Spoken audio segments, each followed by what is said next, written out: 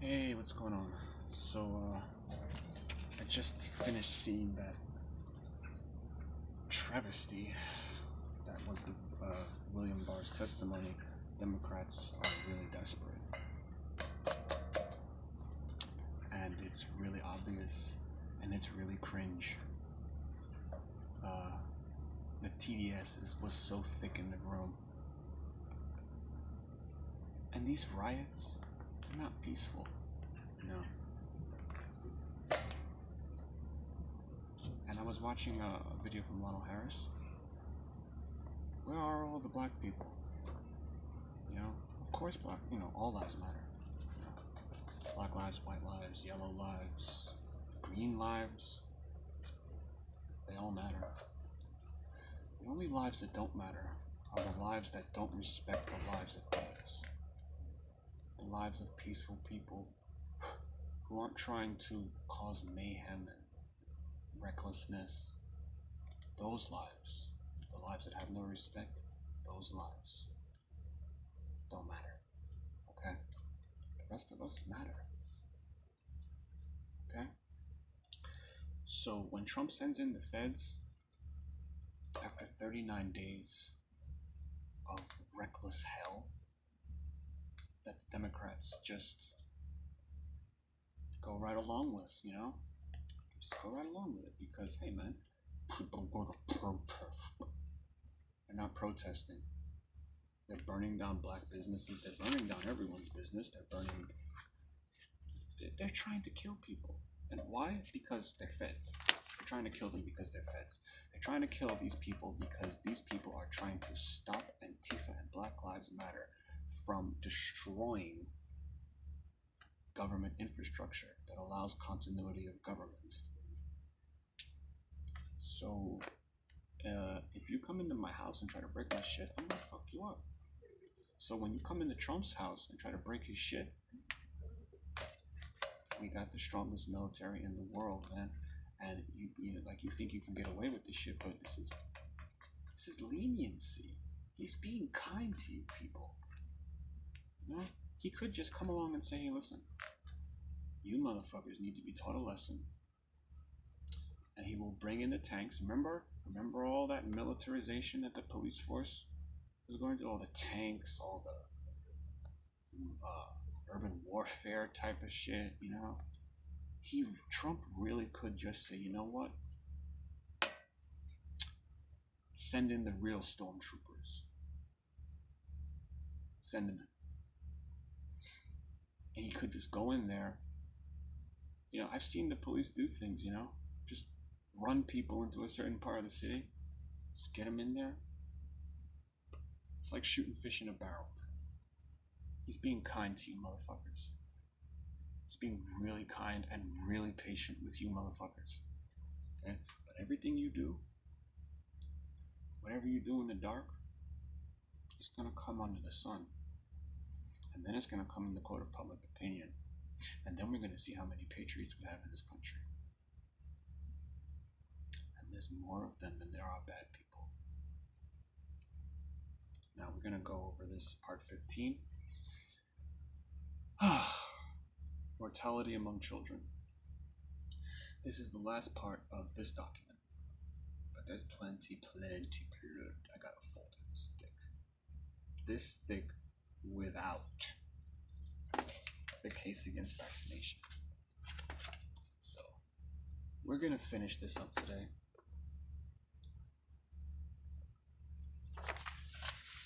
We're gonna finish what I started with this set of documents.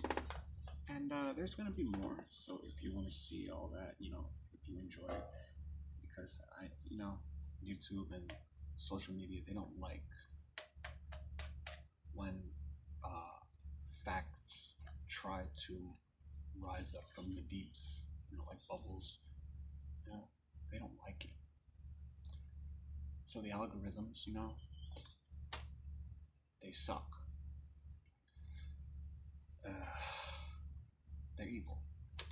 So you have to be active. You have to show that you like what I do.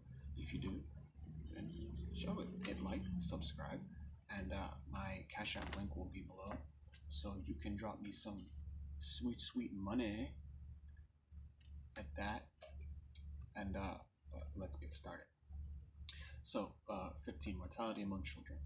It is often said that unvaccinated children are in special danger. That fable has been dissipated by a table given by Mr. Neville Chamberlain, who appeared quite unable to grasp the meaning of his own figures on July 23rd, 1923. We reproduce it from the Star of July 26 in order to incorporate the editorial comment. The following table gives the number of deaths per million from smallpox arranged in decades and divided up according to the ages of the sufferers. So, I'm gonna have to focus here. See the accurate picture. Because I'm not gonna read it. It's a lot of data, and you can see it for yourself. So, here we go.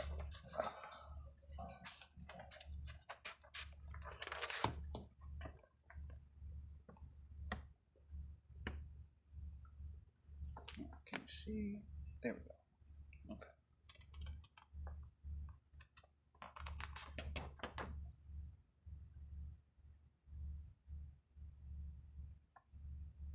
Okay. Now,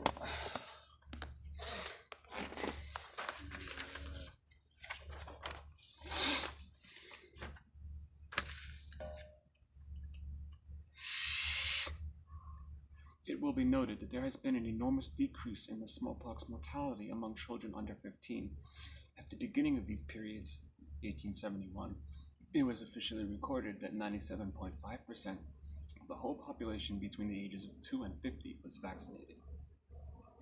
At the ends of these periods, 1921, only 38% of the births was vaccinated. There has admittedly been a constant decline in the number of children vaccinated.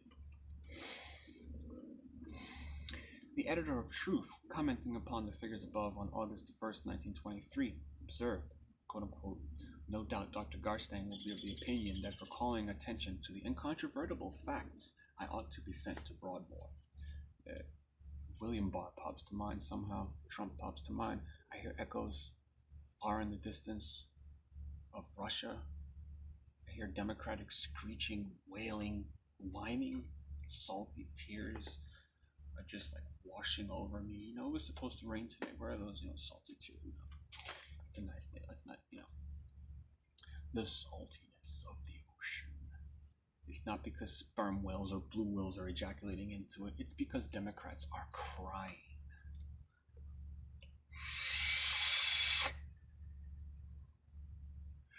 Now, to these incontrovertible facts, I ought to be sent to Broadmoor.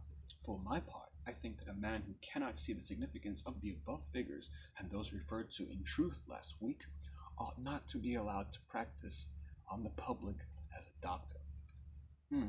Let's see, that was that year. Out of this year, I hear echoes of Bill Gates, Dr. Fauchi, and his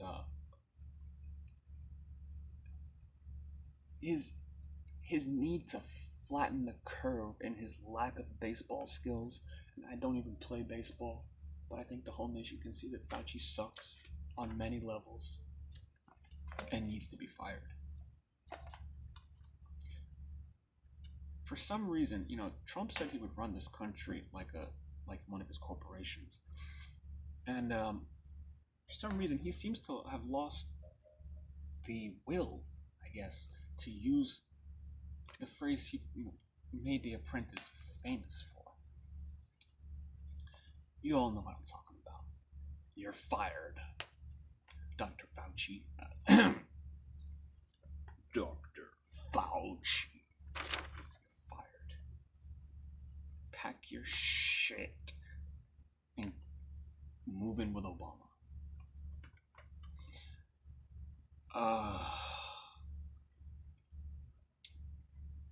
So, Dr. Garstang is a medical man who at a recent medical congress had described all anti-vaccinationists as quote-unquote criminal lunatics. They can't at least draw a logical deduction from figures so easily understood. Wait a minute, they cook their own stats, right? So if they cook their own stats, then do our stats, the stats that we get from experiencing the world, really matter to them? Or are they just domestic terrorists?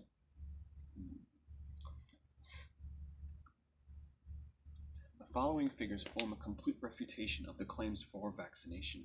They were given in a written answer by Lord E. Percy to a parliamentary question by Mr. March, MP to the Minister of Health on July 16, 1923. And again, well, no, this is the part where I said it's a lot of stats.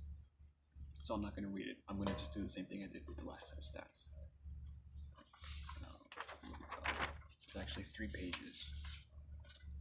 Well, there should be 2, but you know, all the text is actually 3 pages. Let's get it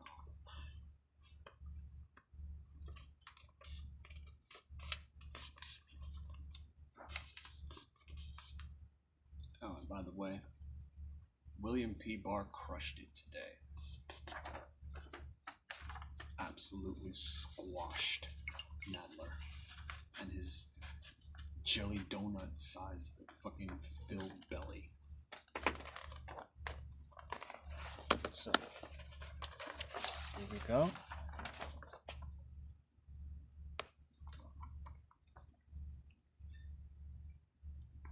Make sure.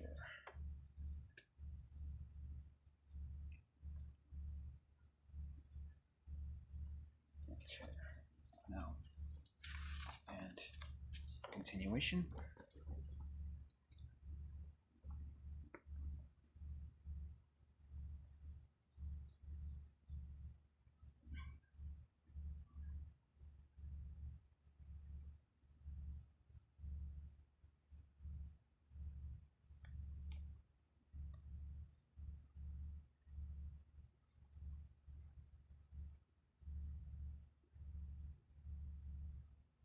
Okay, and then the last page.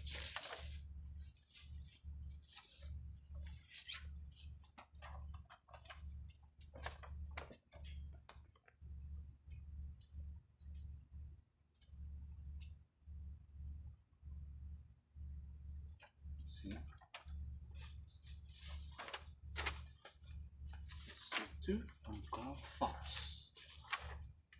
It's all a lie.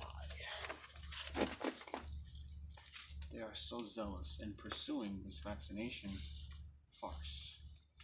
It's, you know, it's amazing the stupidity of these people. The whole Russia thing, Dr. Fauci, Bill Gates, this whole vaccination thing, it's so ridiculous. It makes no sense to believe in vaccination. I get that people have different views or whatever, but when you dig down through the data, the case for vaccination is there. So, shout out to Tim Pool, James Munder, Brofist. Red Pill Ken. He's a wordy motherfucker, but it's legit. Fucks with you, bruh. James Red Pills America, Red Pill 78, Craig's Reasonable Combo channel. Now, if you like what I do, support a citizen journalist, man. Like, share, comment, and subscribe.